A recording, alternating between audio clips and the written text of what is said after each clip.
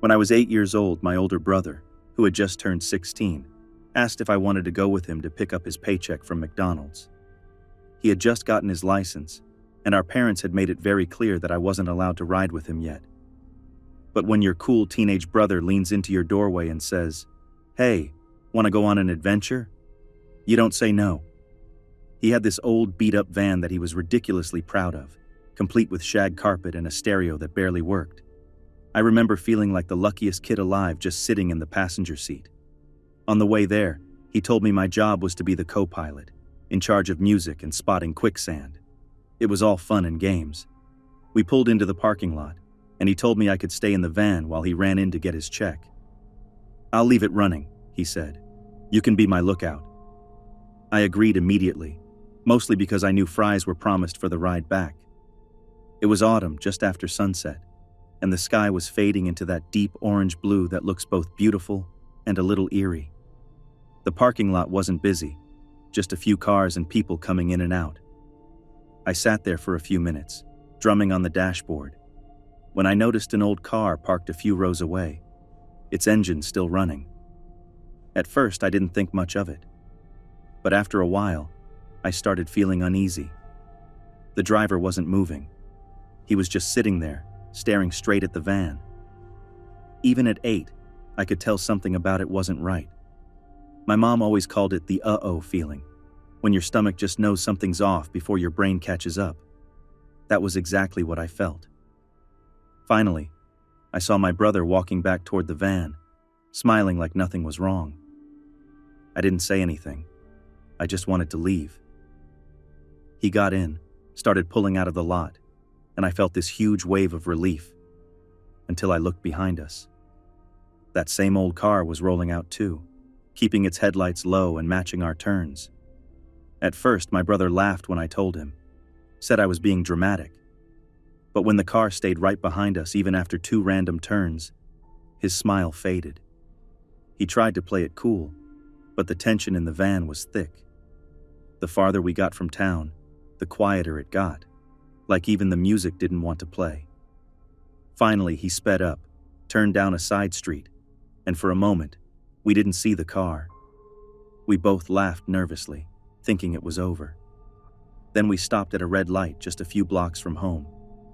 My brother turned to say something, and that's when I saw a face at his window. A man's face, before this huge arm reached in and grabbed him by the throat. I screamed so loud my throat burned. My brother struggled against the guy's grip as this man tried to yank open the door and pull him out. I remember begging him not to hurt my brother, not to kill us. My brother was panicking, until something snapped inside him. He slammed his foot on the gas, still gripping the guy's arm through the window. The van roared forward, and the man screamed, stumbling alongside the moving van before my brother slammed the brakes and sent him flying across the road. We didn't stop. We drove straight home, both of us shaking. When we told our parents, my dad's face went pale, then furious. He grabbed his keys and said, "Let's go find this bastard." He didn't, thankfully, but the police eventually did. Apparently, the man claimed my brother had cut him off earlier that night, like that somehow justified what he did. To this day, I can still picture that man's face in the window. I never rode in a car at night again without checking the mirrors 100 times. And honestly, I still hate driving.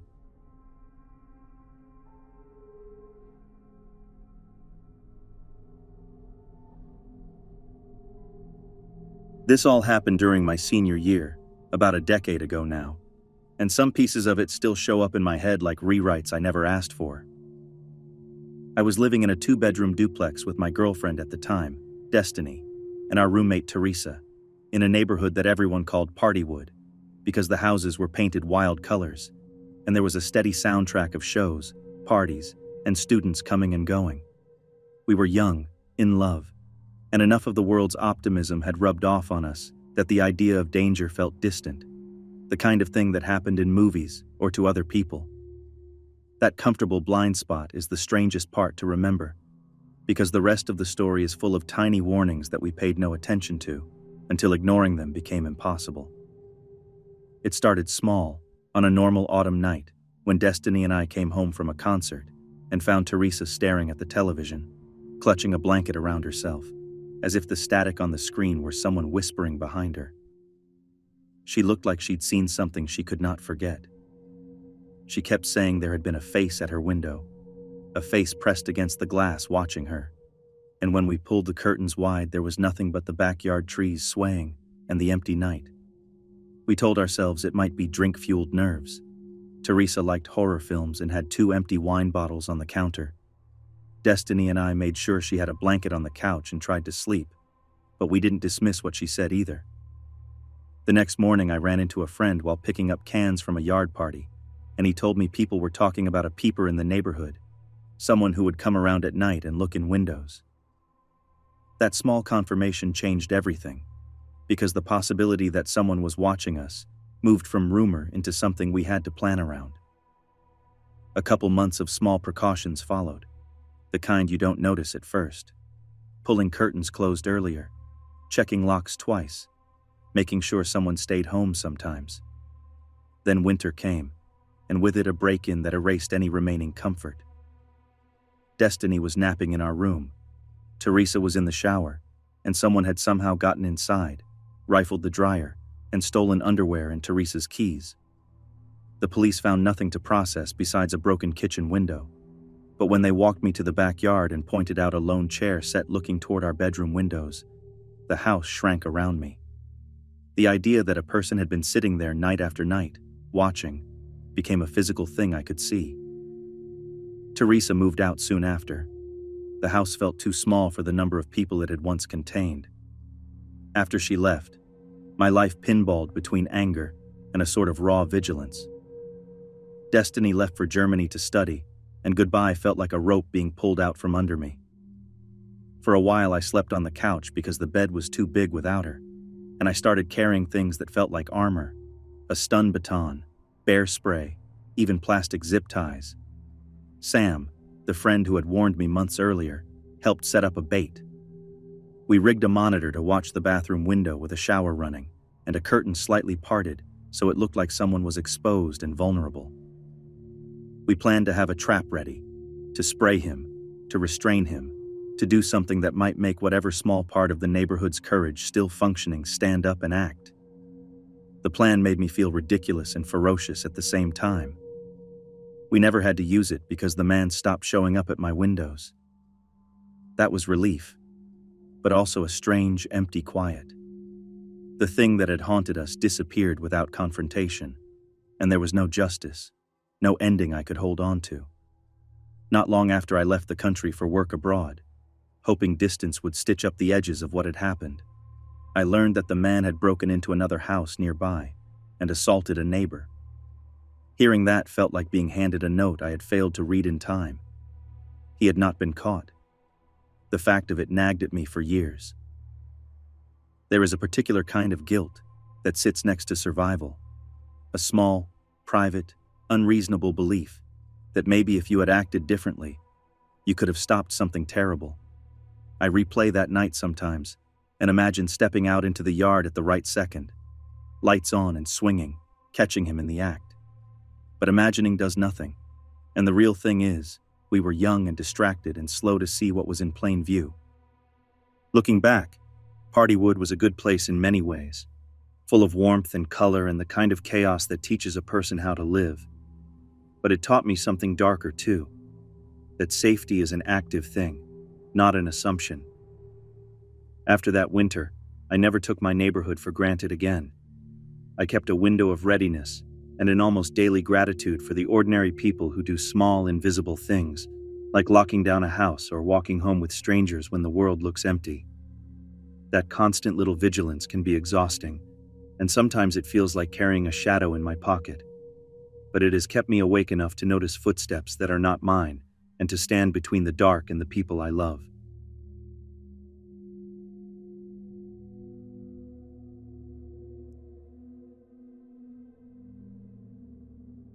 This happened when I was in the 10th grade, back when we had just recently moved out of my hometown to this quiet little community surrounded by forest.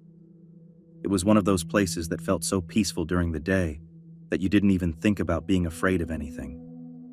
The streets were lined with trees, There was a river that cut through the edge of the neighborhood, and it felt completely removed from the world. I used to like it that way. It was a Thursday in late autumn, and I'd stayed after school to get some extra work done. By the time I got on the late activity bus, the sun was already starting to dip behind the trees, painting everything gold and orange. The bus would only take me as far as the gate to the community. From there, it was about a 45-minute walk home.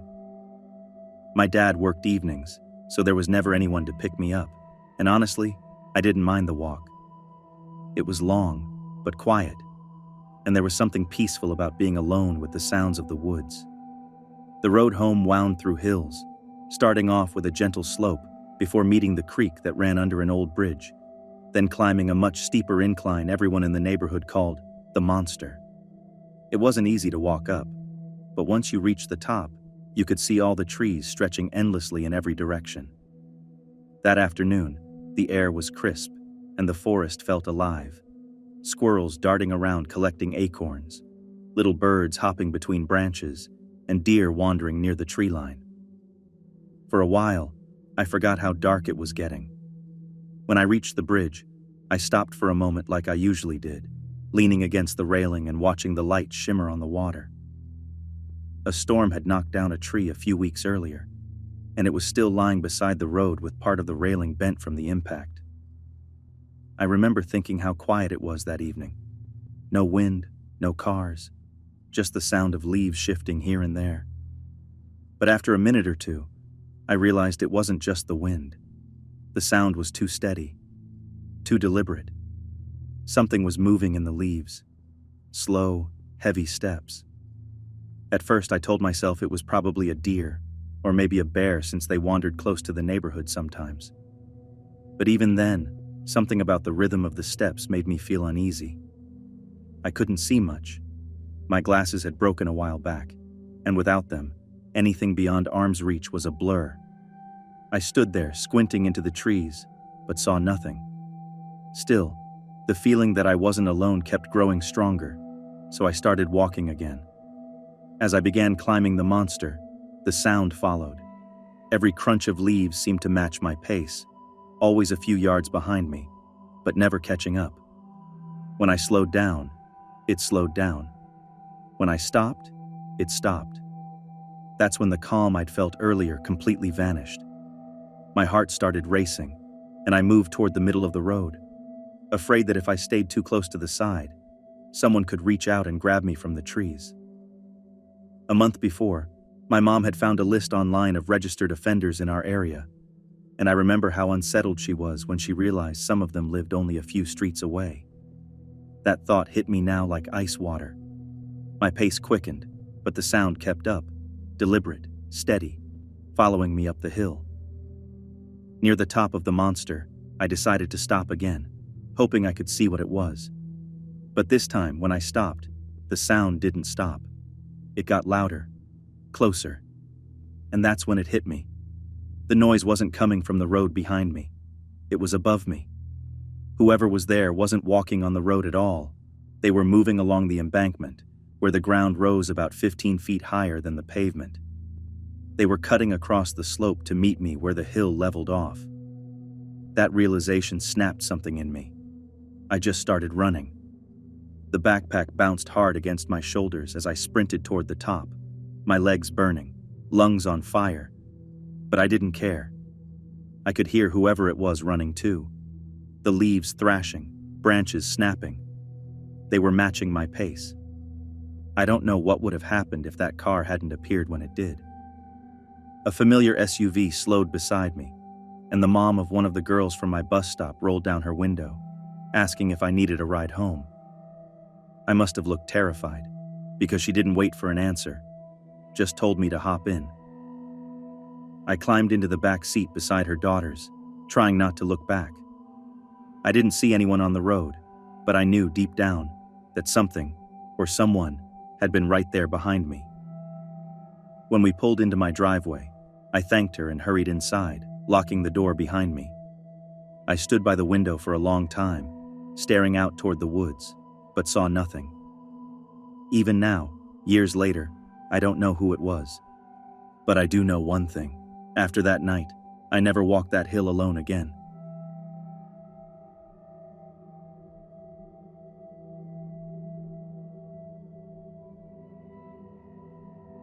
This happened when I was 19, right at the start of fall. I was living with my mom back then, in a small ranch-style house that sat along a quiet road just before the fields opened up. Beyond those fields was the main highway, and on either side of us were two houses I never felt great about. Half a mile down lived a weird old farmer who shouted at cars for no reason, and about a mile in the other direction sat what most people just called the crack house. It was run down, barely standing, but the people there mostly kept to themselves. Aside from them, it was just us, isolated and quiet, especially in the fall when the air got colder and the trees went still. At that time, I was working full-time and taking classes at night. One of my classes ended at 10:30, and by the time I got home, it was always close to 11:15. The roads out there didn't have streetlights, so it was pitch black except for the glow of my headlights and the occasional reflection of a possum's eyes in the ditch. One Thursday night, I was driving home and saw someone walking along the shoulder of the road, a man in a yellow shirt and track pants. I remember his outfit because it stood out in the dark, like something you could see from a mile away. At first, I didn't think much of it. People sometimes walked the road near the old drug house, and I figured he was one of them. But as I passed him, I glanced over, just a quick look, and he turned toward me, smiling and waving. It wasn't a friendly wave either. It was slow and deliberate, like he knew I'd look at him. That image stuck in my head, his face in the headlights, grinning in the dark. I drove the rest of the way home faster than usual, trying to shake the uneasy feeling. When I pulled into our driveway, I sat there for a second, watching the road through the rearview mirror, half expecting to see him appear in the distance. Nothing. I got inside, locked the doors, checked the windows, and sat on the couch waiting to see if anyone walked past the house. Except no one did. Instead, two figures came up our driveway. One of them was the guy in the yellow shirt. The other wore darker clothes and kept closer to the shadows. My stomach dropped as I realized they weren't just walking by. They were checking my car. I could see them tugging at the handles, circling around it like they were looking for something. My phone was still in the car from earlier, and for a second, I thought maybe that's what they were after. But then Yellow Shirt started walking toward the front door. I ran to wake up my mom, stumbling through the words to explain what was happening. She was still half asleep when we both heard it. The faint, slow turn of the doorknob. Thank God for the deadbolt. She got out of bed, walked right up to the door, and that's when the guy knocked. The porch light clicked on automatically, and I could see him standing there, smiling like before. His friend hung back in the driveway. "Yeah?" my mom said through the door. "You dropped your wallet," he said, his voice calm, too calm. I whispered that I had my wallet in my purse, and my mom didn't miss a beat. She told him she had her wallet too, and that it was late. He needed to leave. He just stood there for a few seconds, silent, before saying something I'll never forget. "I'm not a bad guy, just so you know." Then everything went still. No one moved, no one spoke, and even the motion sensor light turned off, plunging the porch into darkness. That's when he tried the handle again. My mom quietly told me to call the police while she went to grab her gun. I told her I didn't have my phone, it was in the car. So she went to the kitchen to grab hers from the charger and handed it to me. As I was talking to the dispatcher, she peeked through the window toward the backyard, then disappeared into her room. When she came back, she had her Ruger in one hand and said, "There's one in the backyard too." I froze. There were 3 of them.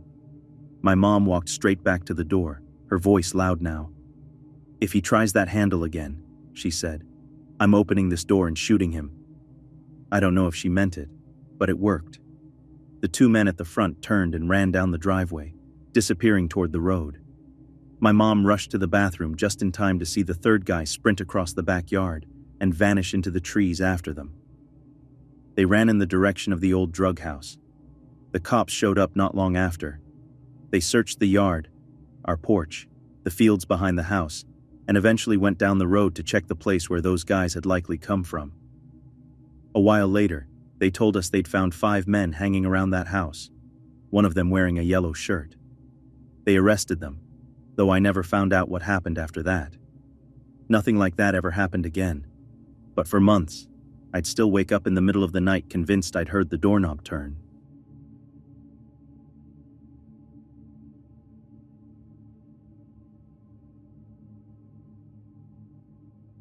When I was 11, my parents decided we'd had enough of noisy suburbia and moved our family of 6 out to the countryside.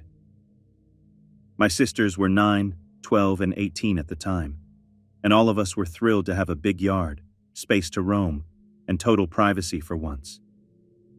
Our new house was a small bungalow surrounded by farmland and woods, with huge picture windows that looked out over the trees. My parents didn't like curtains. They said since we had no neighbors, what was the point? That first summer was perfect. Every morning I'd take our dog for a walk through the woods behind the house.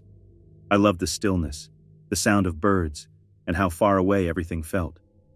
It was the first time in my life I could walk without hearing traffic or seeing people. Then fall came, and things started to feel different. The air grew colder, the woods darker, and I started getting this uneasy feeling on my walks, like someone was watching me. My dog must have felt it too, because she kept pulling at the leash and trying to lead me toward the old shed at the edge of the property. It sat right where the trees thinned out, half covered in vines. That morning, the feeling got so strong that I picked her up and went straight home. After that, I couldn't shake it. I felt watched all the time, especially in my bedroom, which had a big window facing the woods. I used to love sitting by it and looking outside, but now it made me nervous.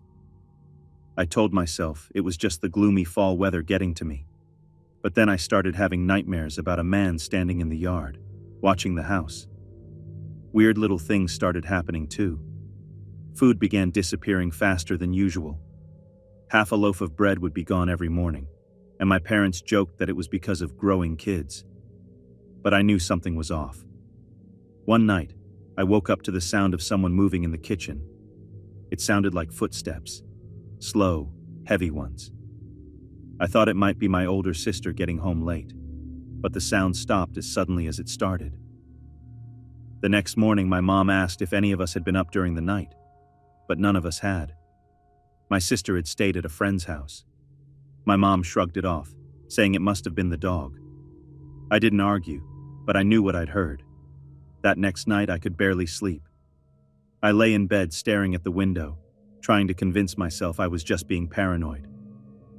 Around 2 a.m, I woke again. Same sound. Slow, deliberate footsteps in the hallway. I froze. I didn't move or breathe, just rolled over to face the window so it would look like I was asleep. The sound stopped outside my room, and the silence felt endless. At some point, I must have drifted off, because when I opened my eyes again, I saw something that made my blood run cold. There was a man standing in our backyard. I could barely make out his face, just his shape against the faint light of the sky. He wasn't moving. He was just watching the house. I didn't move either. I kept my eyes open until I fell asleep again out of pure fear. When I woke up the next morning, I ran straight to the kitchen and told my mom what I'd seen. She said I'd probably been dreaming, since I sometimes had night terrors. But that afternoon, when I got home from school, police cars were parked all around our house. They had dogs with them, searching the yard and the woods. My mom told us a man had broken into a home not far from us a few days earlier. He'd beaten the couple who lived there, stolen their car, and disappeared.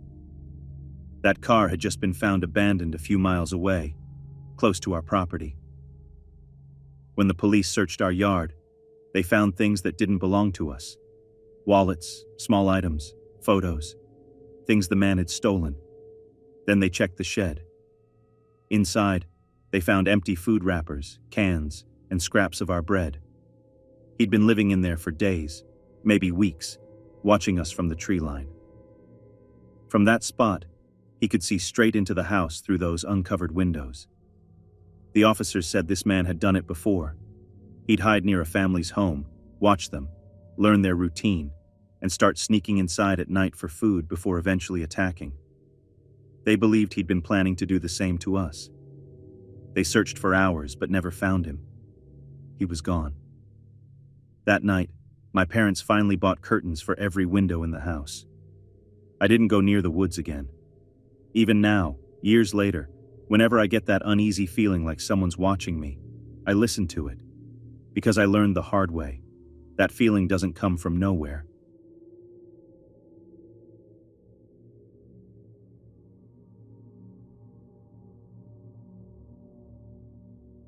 This happened a couple of months ago, when the nights were starting to get colder and the streets had that empty, late autumn quiet.